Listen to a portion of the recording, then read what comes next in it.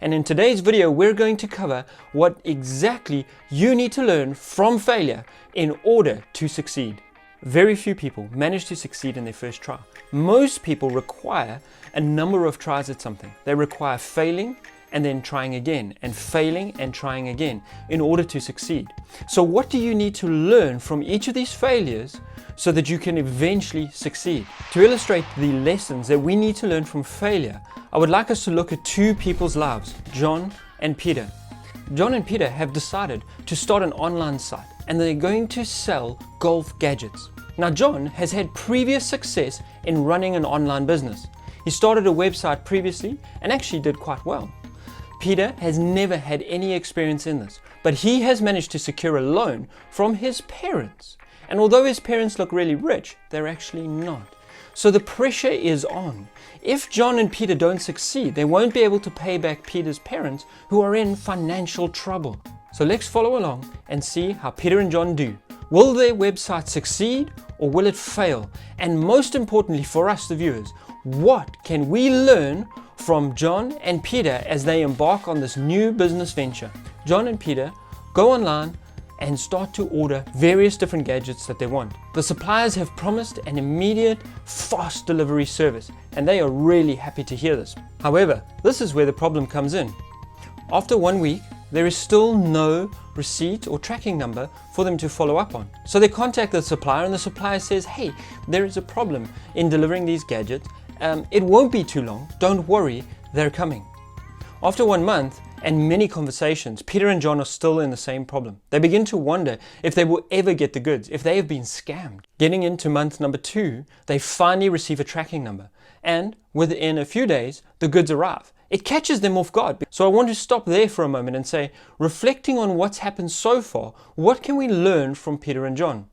Well, number 1, John's overconfidence in having established an online business and treating all suppliers the same means that they overestimated the speed at which things could be delivered. They didn't understand the process and they didn't have enough learning about the process.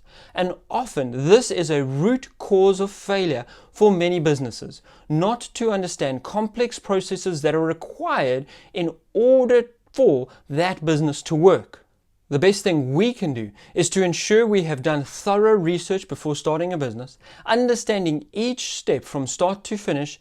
For example, if it's a product that you're delivering online to someone else, from sourcing all the way until you finally deliver it. What is each step that's required? How long does it take? What's involved? What can go wrong? How much are the costs? And so on. So processes are an important part of a business to learn in order to move from failure to success. If we don't learn this, we are certain never to succeed. How is this going to turn out for John and Peter? Drop a comment below and take a guess. Right now, just looking at the setup that you know, John has done a business before. They're going into golf gadgets, which none of them really understand or know about. How do you think they will do? Leave a comment and start a discussion, because your comments can really help others to learn. Also, I would like to ask you to please hit the like button if you're enjoying this style of video, or as the video goes along and you are enjoying it, please remember to hit that like button, because that tells me that this is a good way to make videos to communicate lessons and learning about finance, entrepreneurship and business to those who are watching the videos. Now that the goods have landed, Peter and John need to create a website, and so they get busy. They log straight onto the net, choose a provider, and start to play around and create a website. They make something which they think is pretty cool, but they do have one important thought, which was, hey, we should show some of our friends and see if they like it. What do they think about our site? Is it easy or hard to navigate? And this is really a great step. So well done to Peter and John for doing that. However, their friends' feedback is terrible. They actually tell them that this is one of the worst websites they have ever had to deal with, which feels terrible for Peter and John. So they go back to the drawing board. They choose a different provider, they spend a little bit more money, and they try again. And then they show their friends again. And their friends say, I'm not sure this is any better than the first website. In fact, I think you're getting worse. At this point, Peter and John are heartbroken. They are unsure what to do. They begin to think, and then they have a brilliant idea. Let's hire an expert.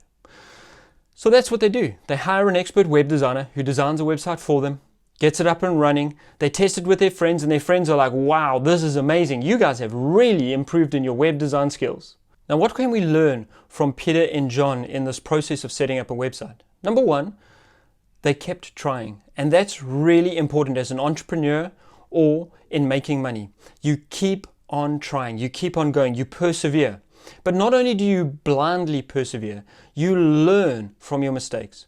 So Peter and John tried the first time and couldn't make a good website. They tried the second time and still couldn't make the website. They then realized they actually don't have the skills and knowledge to create a great website, and they hire a professional. This is important because they could have given up. They could have simply stopped and said, you know what, we can't make a better website. Let's just go to market with a bad website. No, they solved the problem.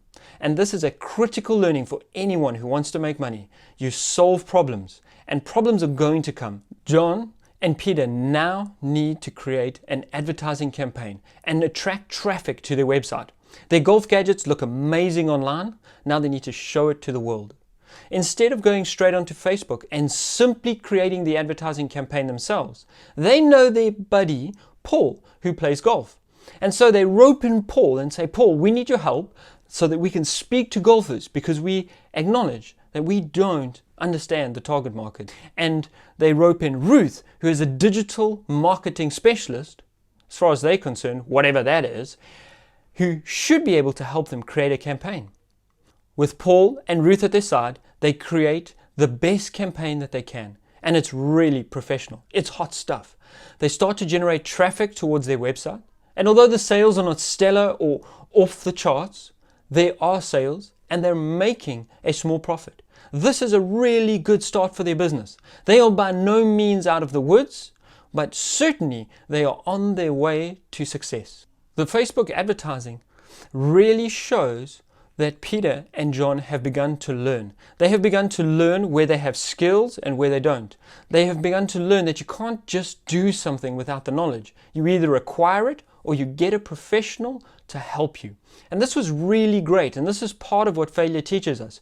Failure teaches us where we end in our expertise and where someone else begins. And the quicker we learn those lessons, the quicker we can build an elite and an excellent team which can bring different elements together to help the business, the idea, succeed. Please remember to hit that like button if you're enjoying this style of learning. And we're going to head into a recap now of the different lessons that we have seen across John and Peter's adventure in creating an online golf gadgets business. So there are really 4 important things I want to call out, some of which I have already covered. Number 1, treat every new venture as a learning experiment. What do I mean by that? Everything you do, look at it as though you're learning and growing. Success is a double-edged sword. It can in some way encourage us, but in other ways it can make us arrogant. And this arrogance means instead of approaching something as a learning experiment, we approach it overconfident, like what Peter and John did at the beginning, like they messed up on the logistics and on the website. Learning number 2 from failure is that some problems are showstoppers. They are critical. If you don't solve them, there is no moving forward. On the logistics, if they didn't solve that, there was no ways they could have their business. On the website, if they didn't make that reasonable and achieve a certain level of quality, there was no ways they were going to sell enough stock to make a profit and to pay back John and Peter's parents. The third important lesson is that failure only exists for the problems that we give up on. You see, if we keep solving problems, although the failure is there in a temporary sense, it is not enduring, it doesn't continue. We actually end up succeeding. And just like John and Paul, we can overcome and create something which is of value and something which creates wealth. So don't give up. Work the problems. Keep on grinding until you get the breakthrough. But don't just keep failing. Keep learning and failing. And in that way you grow. And the moment you have grown enough, you will succeed. The fourth thing that we learn is that failure isn't bad. You see, there was nothing wrong with Peter and John trying an online business. There was nothing wrong with them approaching it and having successes and failures along the way. That is actually a part of normal business. That is a part of normal life.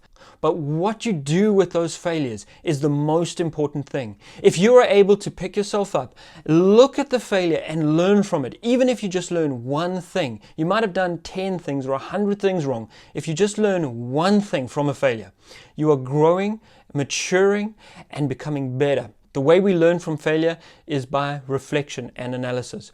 I suggest keeping a diary, writing down certain events, and then looking back on them. Even if you only look on them 6 months from now, when the emotion has completely dissipated, or voice record yourself. I've done that with some videos, some crazy things that I've gotten up to in my life, videoed myself thinking this is great and amazing, and watched myself speak and being like, oh my goodness, Brad, what on earth are you talking about? You were totally hyped up, you were overexcited, that was a dumb thing, not a great thing. How can you be speaking that way?